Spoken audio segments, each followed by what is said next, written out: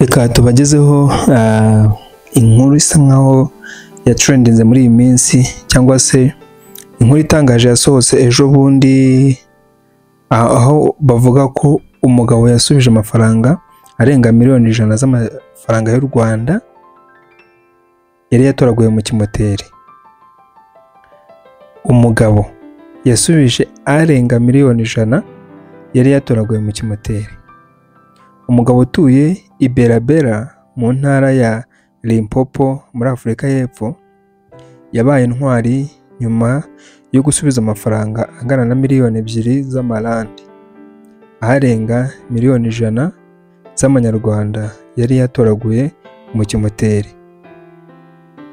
Umugabo utuye i Bera mu ntara ya Limpopo muri Afurika y'Epfo yabaye intwari nyuma yo gusubiza amafaranga arenga miliyoni 2 z'amarandi, arenga hafi miliyoni 100 z'amafaranga y'u Rwanda yari yatoraguye mu kimoteri.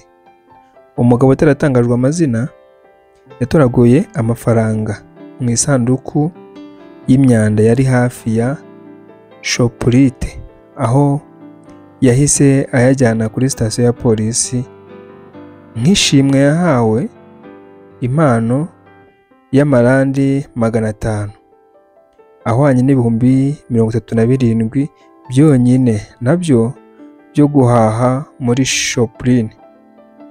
Abaturage benshi bamushimye kubera ubunyangamugayo n'ubutwari bwe, bamwe bakamwita intwari y'ukuri, abandi bamwita ikigwari kuko ngo Imana yari imukijije kuko asanzwe n'ubundi ari umukene gusa, ariko yabyanze.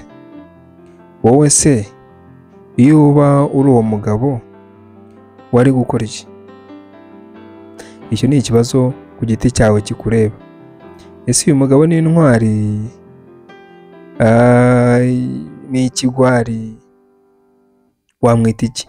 Tujya tubona no mu Rwanda n'abantu batoragura amafaranga bakayajyana kuri polisi, polisi ikabaha ishimwe, cyangwa se nabo bayatoraguriye bakabahereza amashimwe. Ese abo bagabo bundi mu buzima busanzwe mubafata nk'intwari cyangwa nyine mubafata nk'ibigwari?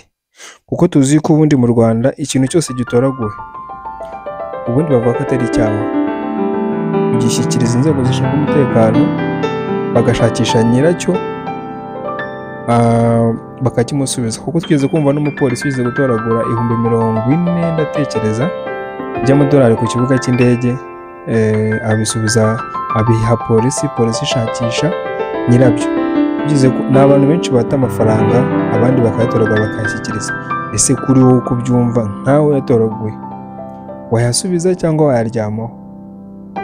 Icyo ni ikibazo kikureba. Murakoze cyane.